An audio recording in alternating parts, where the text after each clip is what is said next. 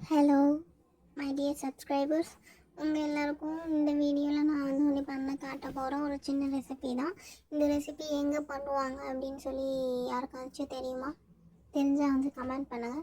And இந்த recipe எனக்கு எப்படி தெரியும்னா, நான் ஹாஸ்டலில் இருக்கும்போது எனக்கு ஒரு அக்கா சொல்லி கொடுத்துருந்தாங்க. ஸோ அதை வச்சு தான் நான் வந்து ட்ரை பண்ண போகிறேன். ரொம்ப சிம்பிள் தான். நெல்லிக்காய் வந்து ரொம்ப ஹெல்தி, பட் யாருமே அந்த அவ்வளோவா விரும்பி சாப்பிட மாட்டாங்க. ஸோ அட்லீஸ்ட் வந்து சின்ன குழந்தைங்களுக்குலாம் வந்து இந்த மாதிரி நீங்கள் பண்ணி கொடுத்தீங்கன்னா அவங்க டெய்லி ஸ்நாக்ஸாக நீங்கள் வந்து சாப்பிட்டுக்கலாம். முடிஞ்ச அளவுக்கு ஜங்க் ஃபுட்டெல்லாம் அவாய்ட் பண்ணிவிட்டு இந்த மாதிரி நேச்சுரலாக ஒன்று பண்ணி சாப்பிட்றதுக்கு ரெடி பண்ணுங்கள்.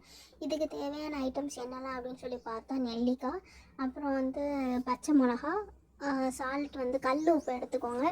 அப்புறம் ஒரு கிளாஸ் ஜார் இல்லைன்னா ஒரு பிளாஸ்டிக் ஜார்.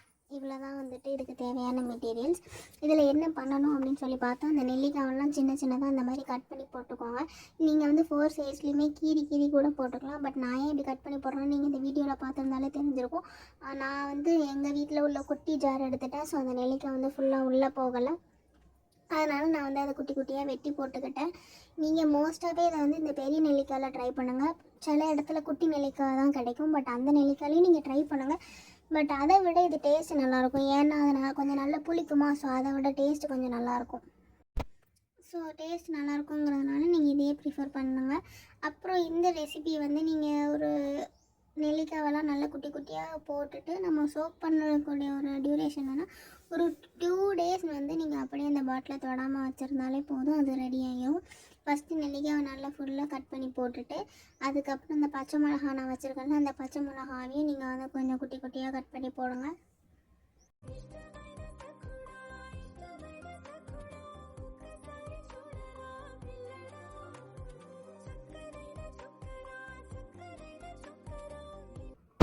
சில பேர் வந்து இதுக்கு மோஸ்ட்டாக என்ன பண்ணுவாங்கன்னா, அந்த சீடெல்லாம் எடுத்துகிட்டு தான் போடுவாங்க. பட் நீங்கள் வந்து இந்த இதில் சீடோடையே போட்டுடலாம் நான் போடுற மாதிரி. பிகாஸ் அது வந்து உங்களுக்கு சாப்பிடும்போது சீடு வந்து தனியாகவே வந்துடும். நெல்லிக்காய் நல்லா ஊறி இருக்கும்போது உங்களுக்கு சீடை வந்து எடுக்கிறதுக்கு ஈஸியாக தான் இருக்கும். ஸோ சீடோடையே போட்டுடலாம். அப்புறம் அந்த மிளகாலாம் வச்சுருக்கோம்ல, மிளகாலாம் நீங்கள் என்ன பண்ணணும் அப்படின்னா, குட்டி குட்டியாக வெட்டி போட்டாலும் ஓகே. இல்லை அதை வந்து இந்த மோர் மிளகாத்தலுக்கெலாம் வந்துட்டு கொஞ்சம் கீரி போடுவாங்க, அந்த மாதிரி நீங்கள் கீரி போட்டாலும் ஓகே. எதுக்காக நம்ம வந்து அப்படி குட்டி குட்டியாக வெட்டி போடுறோன்னா, நல்லா காரெல்லாம் கொஞ்சம் இறங்கும்.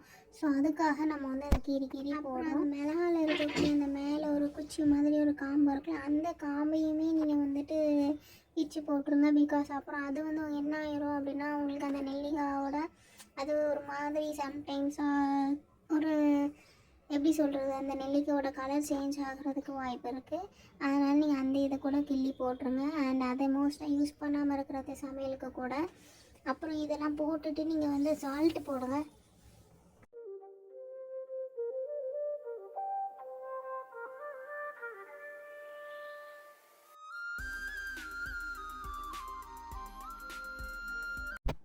சால்ட்டு வந்து நான் ஃபஸ்ட்டே சொன்ன மாதிரி தான், மோஸ்ட்டாக வந்து நீங்கள் கல்லுப்பு யூஸ் பண்ணுங்கள். அப்படி இல்லைனா வந்துட்டு இந்த ராக் சால்ட்லாம் யூஸ் பண்ணுறாங்க. பட் எங்கள் வீட்டில் வந்து நாங்கள் மோஸ்ட்டாக இந்த அயோடைஸ்டு சால்ட்டு தான் வந்து யூஸ் பண்ணுவோம். ஸோ அதனால் நான் அதை வந்து போடுறேன். சால்ட் வந்து கொஞ்சம் ஜாஸ்தியாக இருக்க மாதிரியே பார்த்துக்கோங்க. இஃப் சப்போஸ் நீங்கள் வந்துட்டு சால்ட் அதிகமாக எடுத்துக்க மாட்டீங்க அப்படின்னா சால்ட்டை கம்மியாக எடுத்துக்கோங்க.